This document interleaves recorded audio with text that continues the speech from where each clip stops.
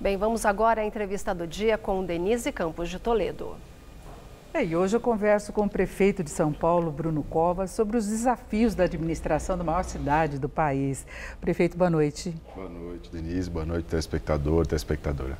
Bom, vamos falar de desafios mesmo. Vamos começar falando de dois grandes aí, que é a questão dos ônibus, na área de transporte e também coleta de lixo. A dificuldade de levar adiante as mudanças, a renovação. E é um problema que a gente tem no país, que eu queria até um comentário seu, porque nós vemos o governo federal com um amplo programa de privatização, de concessões, e a gente sabe que tem muita pedra no caminho, né? Não tenha dúvida. Você pegar só a questão do transporte, nós estamos falando de um contrato de 8 bilhões de reais por ano. Claro que isso significa muito interesse por trás. As últimas ações, inclusive, propostas por pessoas que não têm nem ônibus, né, no seu patrimônio, mas entraram com ações que acabaram barrando isso na justiça. De última hora. É claro que isso beneficia as empresas que têm contratos emergenciais. Não há a menor dúvida que elas acabam sendo beneficiadas pela demora no andamento desta ação, que beneficiaria a população. Porque a partir do momento que você tem a assinatura de novos contratos, empresas contratadas por 20 anos, você pode exigir delas que elas façam investimento em novos ônibus. Isso significa mais acessibilidade, mais ônibus com ar-condicionado, menos poluição do ar, enfim, a renovação por ônibus com matriz energética limpa, não movidos a diesel. Então, é uma demora que prejudica muito a cidade de São Paulo.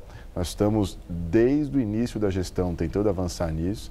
Eu tenho certeza que a partir do momento que a gente tem uma nova concessão, em que inclusive vai ser obrigatório fazer uma pesquisa de satisfação, e essa pesquisa de satisfação, ela influencia enquanto cada concessionária vai receber da prefeitura, e isso acaba dando muito mais instrumentos de fiscalização. Isso acaba ajudando muito, porque a partir do momento que a satisfação do usuário ela é um componente da remuneração, eles vão ter que investir mais e melhorar o serviço prestado. Agora, qual é a estratégia da prefeitura para conseguir avançar o mais rápido possível com esse processo? Estamos a todo momento, a Procuradoria-Geral do Município, a todo momento ali no Tribunal de Justiça, tentando mostrar aos embargadores que nós estamos fazendo uma concessão que está plenamente de acordo com o Tribunal de Contas do município. Não há nenhum item, do ponto de vista jurídico, a ser discutido, que isso apenas está arrastando e prejudicando a cidade de São Paulo. Agora, além dessas questões específicas, que são guerras de liminares, problemas na justiça, tem uma questão de zeladoria numa cidade como São Paulo, que é muito complicada. Nós tivemos recentemente os problemas relacionados a pontes e viadutos, e aí a necessidade de urgência de contratação de serviços, e parece que o Tribunal de Contas, desta vez, ela vai agir de uma forma diferente, não é? A gente conseguiu agora a autorização do Tribunal de Contas do município para que a gente possa fazer a autorização de contratação de laudos para essas pontes e viadutos. A gente tem mais de 180 na cidade de São Paulo. A gente teve esse incidente no dia 15 de novembro do ano passado, lá naquele viaduto da Marginal Pinheiros. Ou seja, a gente começou a colher o fruto da ausência de uma cultura de manutenção dos atuais equipamentos. A ponte que a gente acabou de interditar na Marginal Tietê é uma ponte de 1969. Em 1979, quando ela já tinha 10 anos, se perguntou ao projetista, olha, quanto que pode botar de asfalto em cima dessa ponte? E o projetista falou, olha, no máximo 10 centímetros. Hoje ela tem 29 centímetros de asfalto em cima dela. É isso que causou a ruptura?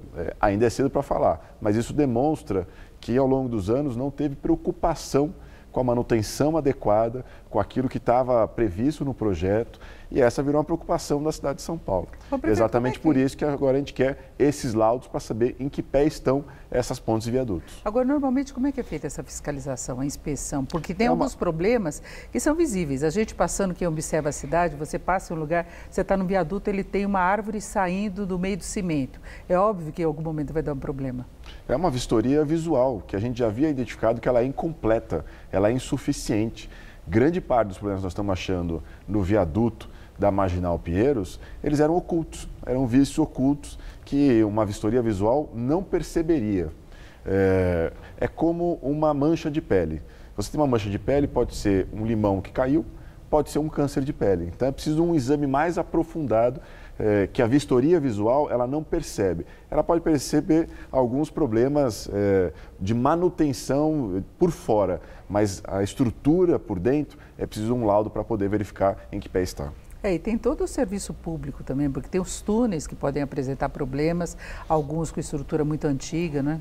Bom, você vê esse desastre que a gente teve agora lá em Brumadinho, por conta de barragem, a gente precisa fazer essa fiscalização permanente nas construções para que a gente não tenha mais incidentes aqui na cidade de São Paulo. Acho que a gente aprendeu muito, a duras penas a lição por conta do viaduto na Marginal Pinheiros, e isso agora virou uma prioridade. Vamos tentar reverter e alterar essa cultura da falta de manutenção de equipamentos na cidade de São Paulo. Agora, prefeito, para fecharmos esse assunto, mas é que uma coisa que as pessoas comentam muito, né? E vem aqueles exemplos do exterior.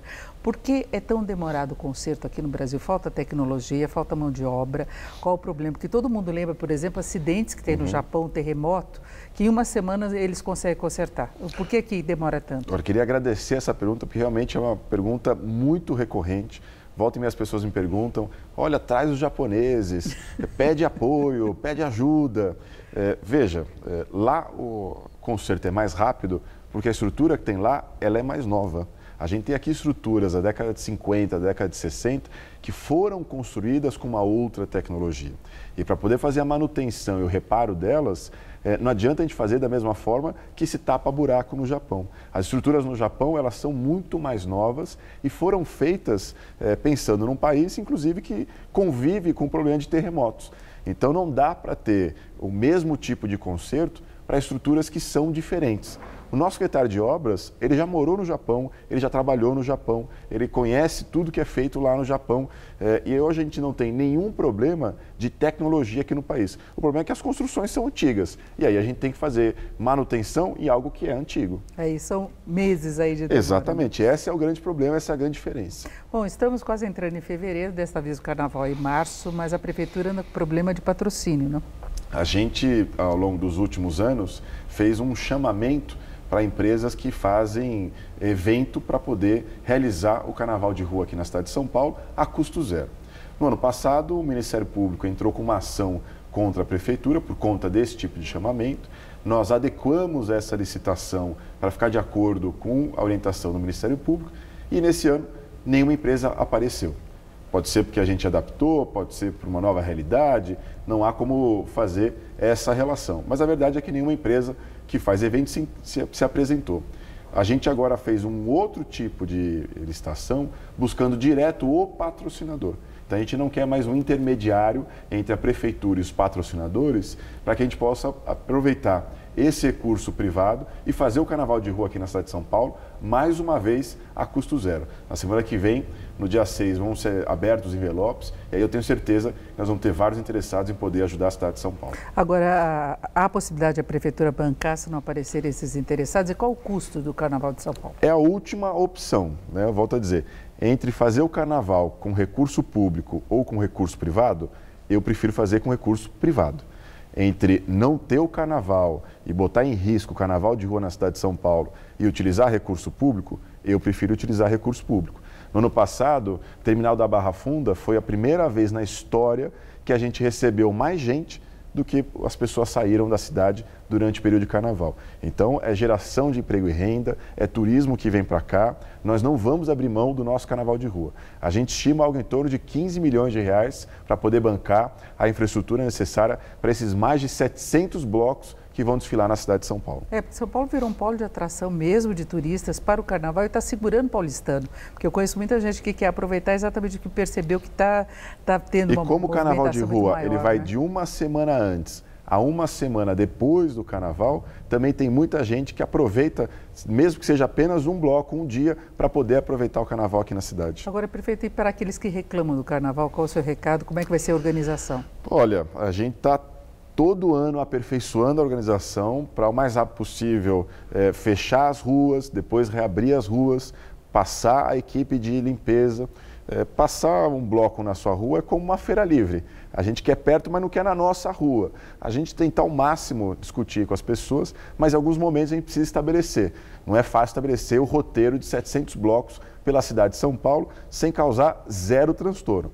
tenho certeza que nesse ano nós vamos ter menos ainda do que nós tivemos no ano passado, menos que a gente já teve na cidade quando, por exemplo, a Vila Madalena era um inferno para poder entrar e sair, era grande reclamação. Nós acabamos com isso, com uma reorganização do Carnaval de Rua na cidade de São Paulo, uma descentralização. Hoje ele acontece em praticamente toda a cidade de São Paulo, mas as pessoas podem, inclusive, continuar mandando sugestões. A Prefeitura está sempre aberta à disposição. Não é porque a gente vai errar menos que a gente não está sujeito ao erro. E a gente pode sempre corrigir e aperfeiçoar.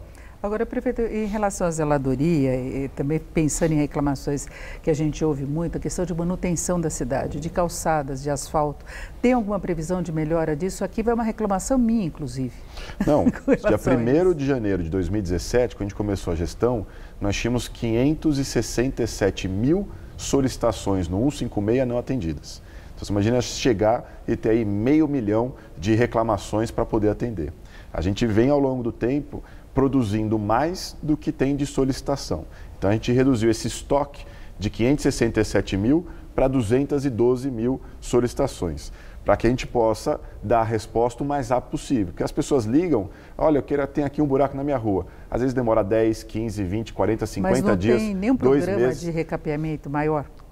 Vamos resolver de uma vez? Vamos chegar lá. Primeiro, nas solicitações que são apresentadas. O segundo é exatamente o que você falou. O programa tapa-buraco é algo paliativo, é algo que serve para resolver rapidamente um problema que é apresentado. A grande solução é o recap. A gente investiu ao longo desses últimos 2 anos mais de 300 milhões de reais em recap e vamos continuar esse programa. Agora, são 17 mil quilômetros de vias na cidade de São Paulo. Esse é um programa que precisa ter aí durante 20 anos para poder melhorar ao longo prazo. A gente ficou vários e vários anos na cidade de São Paulo só com esse serviço de tapa-buraco. E aí não adianta, não vai melhorar só nessa gestão. É preciso que as próximas gestões continuem este programa. Em calçada, nesse ano, nós vamos investir 200 milhões de reais. Ao longo dos últimos anos, também praticamente foi zero investimento em calçada. A gente já definiu um novo padrão, que é o padrão da Avenida Paulista, para que possa ser replicado em outras calçadas da cidade de São Paulo. E aí vamos ter também uma grande diferença em relação à zeladoria. Agora, prefeito, tem sido uma prática comum dos administradores reclamarem de falta de dinheiro. Eu queria saber a situação da Prefeitura de São Paulo, que o senhor está falando em vários planos, e lembrando que a Prefeitura conseguiu aprovar uma reforma da Previdência. Denise, é claro que com mais dinheiro a gente faria muito mais, não há a menor dúvida, mas não há mais espaço para aumentar a IPTU, para aumentar a ISS, enfim. Aliás, o IPTU teve um aumento que as pessoas estão recebendo agora, bem acima da inflação, então a gente precisa falar rapidamente disso depois também. Vamos lá, o aumento foi de 3,5%, que é o aumento da inflação. O que acontece é que tem uma faixa que, ao aumentar 3%, ele vai do isento para o que paga IPTU. E aí você tem um aumento para aquele indivíduo específico, além dos 3,5%. Mas o aumento aprovado no ano passado foi de 3,5%, que é o aumento da inflação. A gente apenas repôs a inflação no caso do IPTU na cidade de São Paulo. Mas tem alguma mudança por região, alguma coisa diferenciada? Não houve nenhuma revisão na planta genérica, não houve nenhuma alteração na lei de IPTU, que não altera a revisão de valor de 3,5%, que foi o IPCA do ano passado. Não há nada além disso. Volto a dizer, o que acontece em alguns casos é que as pessoas às vezes saem da faixa do isento para a faixa de que paga IPTU. E aí o boleto para aquela pessoa específica é um aumento maior de 3,5%. É porque ela acabou saindo de uma faixa e indo para outra. Perfeito. Agora, em relação às finanças? Em relação às finanças, a situação, a foto é boa. Quando você olha as finanças da cidade de São Paulo, você vai ver, a gente deve mais uma vez chegar no fim do ano sem dever nada, pagando as contas em dia. Você vê aí o resto do país uma série de prefeitos tendo que parcelar 13º, parcelar pessoas que prestam serviço para a prefeitura. Só que ao longo dos últimos anos, a gente foi tendo aumento do subsídio, aumento do gasto com a Previdência, aumento do custeio com a saúde. São essas grandes contas que nós estamos adequando. Fizemos a reforma da Previdência, demos um aumento no preço da passagem para poder adequar ao longo dos últimos anos ao que não foi feito no aumento da inflação. Estamos revendo o valor, por exemplo, do Vale Transporte. Não tem sentido a Prefeitura subsidiar as empresas que são obrigadas a dar o Vale Transporte. Enfim, estamos agora proibindo e tentando coibir a fraude no bilhete único, que é mais um grande desperdício de recurso público. Então, Então, as grandes contas, as grandes despesas, nós estamos revendo para poder sobrar recursos para investimento. Ao longo dos últimos anos, o investimento foi em torno de 1% do orçamento da cidade de São Paulo. É muito em relação a outras, mas é muito pouco para o que a cidade precisa. Bom, prefeito, nós estamos chegando quase ao fim. Eu queria falar um pouquinho de política, porque o senhor mudou vários secretários, mudanças administrativas aí. É uma tentativa de colocar uma cara nova na prefeitura diferenciada, e lembrando que João Dória falava em continuidade. Mas houve algum redirecionamento, inclusive político, com pessoas mais ligadas à oposição, pessoas que são do PSDB mais tradicional, e João Dória fala muito do novo PSDB. É uma cara nova da prefeitura? Em primeiro lugar, a gente tem uma série de compromissos assumidos com a população em 2016 na campanha e depois em 2017, quando a gente apresentou o nosso plano de metas. Essa é a cara do governo. São as propostas que foram pactuadas com a população. É claro que nos cargos de confiança, é natural que você tenha pessoas que são da confiança do prefeito. O prefeito João Dória, ao entrar, nomeou pessoas da sua confiança, levou grande parte destas pessoas agora para trabalharem com ele no governo do Estado, e agora eu coloquei pessoas que são da minha confiança. Isso não significa que há qualquer mudança de orientação do governo, que a gente continua na questão da desestatização, a gente continua na questão de acabar com a fila em creche, a gente continua em todos os objetivos que foram elencados durante o processo eleitoral. São outras pessoas, mas o compromisso é o mesmo. E alguma visão já em termos de reeleição nesse processo? Olha, quem é maldoso, diz que qualquer coisa que a gente faz é por conta da reeleição. Mas o político sempre pensa nisso. Na verdade, não adianta você pensar na reeleição e não governar. O importante é governar. Chega no momento da eleição, você precisa prestar contas daquilo que você fez. Então, a preocupação no ano de 2019 é com o ano de 2019. Em 2020, a gente vê o que acontece. Agora, em um minutinho, São Paulo, o seu governo, no contexto do que nós temos de mudanças no país em termos políticos, pensando em governo Bolsonaro. Eu acho que a cidade de São Paulo, ao final do ano passado, deu exemplo quando enfrentou várias resistências e aprovou a reforma da Previdência. A gente tinha um gasto muito grande com o rombo da Previdência Municipal, o rombo crescia quase 700 milhões por ano, a gente estava chegando nesse ano gastando 90% de IPTU só com a Previdência Municipal. A gente demonstrou que é possível, que há espaço político para enfrentar resistências com o nosso compromisso com as futuras gerações. Postergar a reforma da Previdência é postergar um Brasil melhor para as pessoas que virão. Porque eu tenho certeza que daí nós vamos mostrar para o mundo que a gente sabe fazer a lição de casa, vamos receber mais investimento externo, vamos arrumar as contas públicas e vamos poder voltar a investir. Então, a tua grande expectativa em relação ao governo federal? Eu tenho muita expectativa que ele possa aprofundar as reformas, porque essa é a expectativa da população que elegeu ele, que possa organizar o país para que a gente volte a crescer. Perfeito. Prefeito Bruno Covas, muito obrigada pela sua participação aqui no Jornal da Gazeta. Que agradeço. Obrigada, Luciana.